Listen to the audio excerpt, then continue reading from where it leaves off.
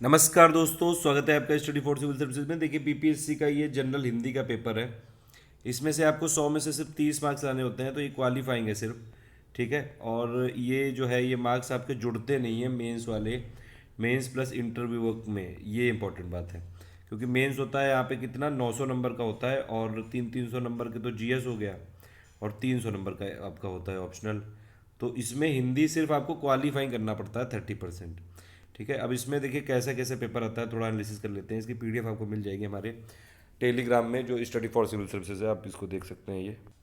ये हमारा जो ग्रुप है, इसको आप ज्वाइन कर लीजिएगा, ये वाला स्टडी फॉर सिविल सर्विसेज, इसमें आपको मिल जाएगी पीडीएफ। ठीक है।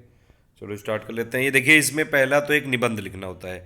अगर आप हिंदी भाषा के, हिंदी भाषी छात्र जो राज्य हैं वहाँ के छात्र हैं, तो आप आराम से 30 नंबर का यहाँ पे निबंध लिख सकते हैं। 30 में से 30 तो नहीं ला पाएगा कोई, लेकिन करीबन 15 से 20 तक आपको आराम से मिल सकते हैं। 500 शब्दों में लिखना पड़ता है यहाँ पे।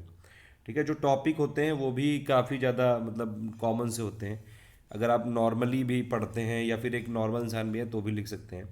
नारी शिक्षा का महत्व हो गया, स्वतंत्रता का अर्थ, स्वैराचार नहीं, फिर जीवन में गुरु का स्थान, मेरे सपनों का भारत, ये सब चीज़ें। यहाँ बहुत सारी समस्याएं आपको कर सकते हैं कि क्या क्या हमको चाहिए।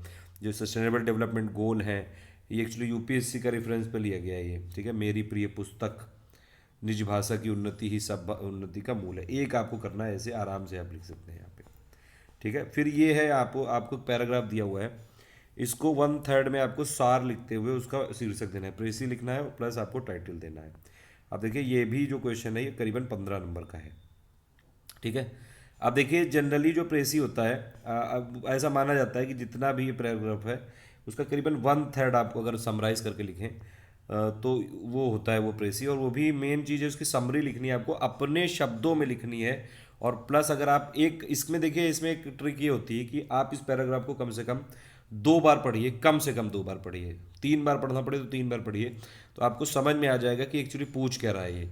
और फिर उसमें सबसे पहले टाइटल निकालिए, और फिर उसको अपने शब्दों में, पहले 1 मिनट आप आग बंद करके सोचिए कि अच्छा इसने ये बोला, फिर अपने शब्दों में जो चीज़ें हैं वो लिखिए। मतलब कुछ लोग क्या करते हैं कि इन्हीं में से ना कुछ कुछ चीज़ें काट के बीच बीच में वही एग्जैक्टली लिख देते हैं, तो नंबर नहीं मिलते हैं। अगर आप अपने शब्दों में लिखेंगे ना, तो फिर आपको काफ़ी नंबर मिल सकते हैं। यहाँ भी 15 में से टारगेट रखना चाहिए, करीबन 7-8 नंबर तो मिल ही सकते हैं यहाँ पे। अब देखिए, यहाँ पे जो है अशुद्ध वाक्य हैं। अब हिंदी भाषा के अगर आप छात्र हैं, इतना तो आपको पता ही है, देश में अनेकों नेता हैं, मैं यह निबंध नहीं लिखा है। ठीक है। ये इसमें आराम से आप कर सकते हैं। हिंदी के लिए तो हमारा पूरे का पूरा प्लेलिस्ट बनी हुई है। आप चाहेंगे तो पूरा ये 64th जो बीपीएससी में 100 नंबर की हिंदी आती है, 30 नंबर की कंपलसरी होती है, इसके लिए एक छोटा सा क्रैश कोर्स मैं बनवा दूंगा अजीत जी से, जो हमारे हिंदी स्पेशलिस्ट हैं। ठीक है। तो ये आप कर सकते हैं यहाँ पे। फिर मुहावरे लोकोक्तियाँ में से 5 का अर्थ बताना है। अब इसमें भी देखिए 15 नंबर का है ये, और उसको वाक्य में भी प्रयुक्त करना है। अब देखिए, ये सब जो है ये जनरली आप एक्चुअली ना बोलते रहते हैं ये। ठीक है। ऊंची दुकान फीके पकवान, मतलब ज़्यादा बढ़ा चढ़ा के बात करना, और एक्चुअली उतनी वो ना होना, इतनी हैसियत, ये सब चीज़ें। कागजी घोड़े दौड़ाना, ये सब मतलब आम के आम गुठलियों के भी दाम। ये सब चीज़ें जो है ना, ये चिराग तले अंधेरा, मतलब आपके पास वही चीज़ पड़ी हुई है फिर भी ढूंढ रहे हो दुनिया में। अंगूठा दिखाना, अपना उल्लू सीधा करना है, बहुत कॉमन से पूछा है ये। गुदड़ी का लाल मुंह की खाना, ये सब। और इसमें से भी सिर्फ क्या है, 5 आपको करने हैं। अब देखिए कितने सारे हैं, 1 2 4 ये हो गए, और 10 में से 5 तो मतलब मेरे हिसाब से बहुत सिंपल है। फिर उसके बाद संज्ञा की परिभाषा देकर उनके भेदों पर सोदाहरण प्रकाश डालिए। मतलब ये वाली जो चीज़ है, ये मुझे भी याद है, मैं इंग्लिश मीडियम में पढ़ा हुआ हूँ। किसी व्यक्ति, वस्तु या ऐसे नाम को संज्ञा कहते हैं, ये सब चीज़ें। छोटा मोटा तो लिखा ही जा सकता था। 30 नंबर लाना मेरे हिसाब से कोई यहाँ पे बड़ी बात नहीं है। हिंदी में फोकस इतना नहीं करना चाहिए अगर आप नॉर्मली हिंदी पढ़ लेते हैं। इनमें से किसी 5 के 2 2 पर्यायवाची लिखने थे आपको, और प्लस यहाँ पे 5 जो वाक्यांश है, एक शब्द में लिख के उन लिखना था उसको। ठीक है। ये ऐसे क्वेश्चन आए थे। और फिर इसमें से 5 जो हैं, किसी 5 समासिक पदों का विग्रह करते हुए समास बताना है। ठीक है। ये वाला थोड़ा टफ हो सकता है जो लोग इंग्लिश मीडियम के हैं, लेकिन नॉर्मली 30 नंबर लाए जा सकते हैं आराम से।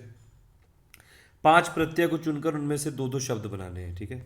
इनमें से कोई भी 5 प्रत्यय प्रत्यय और उपसर्ग प्रत्यय होता है। उपसर्ग मतलब जो होता है, जो वर्ड के स्टार्टिंग में होता है, प्रत्यय मतलब जो लास्ट में होता है। ठीक है। ये वाला बहुत सारे यहाँ पे बनाए जा सकते हैं। ता से आप एकता, समता, बहुत सारे तो वर्ड यहीं पे हैं। ठीक है। अब और बहुत सारी चीज़ें यहाँ पे बनाई जा सकती हैं।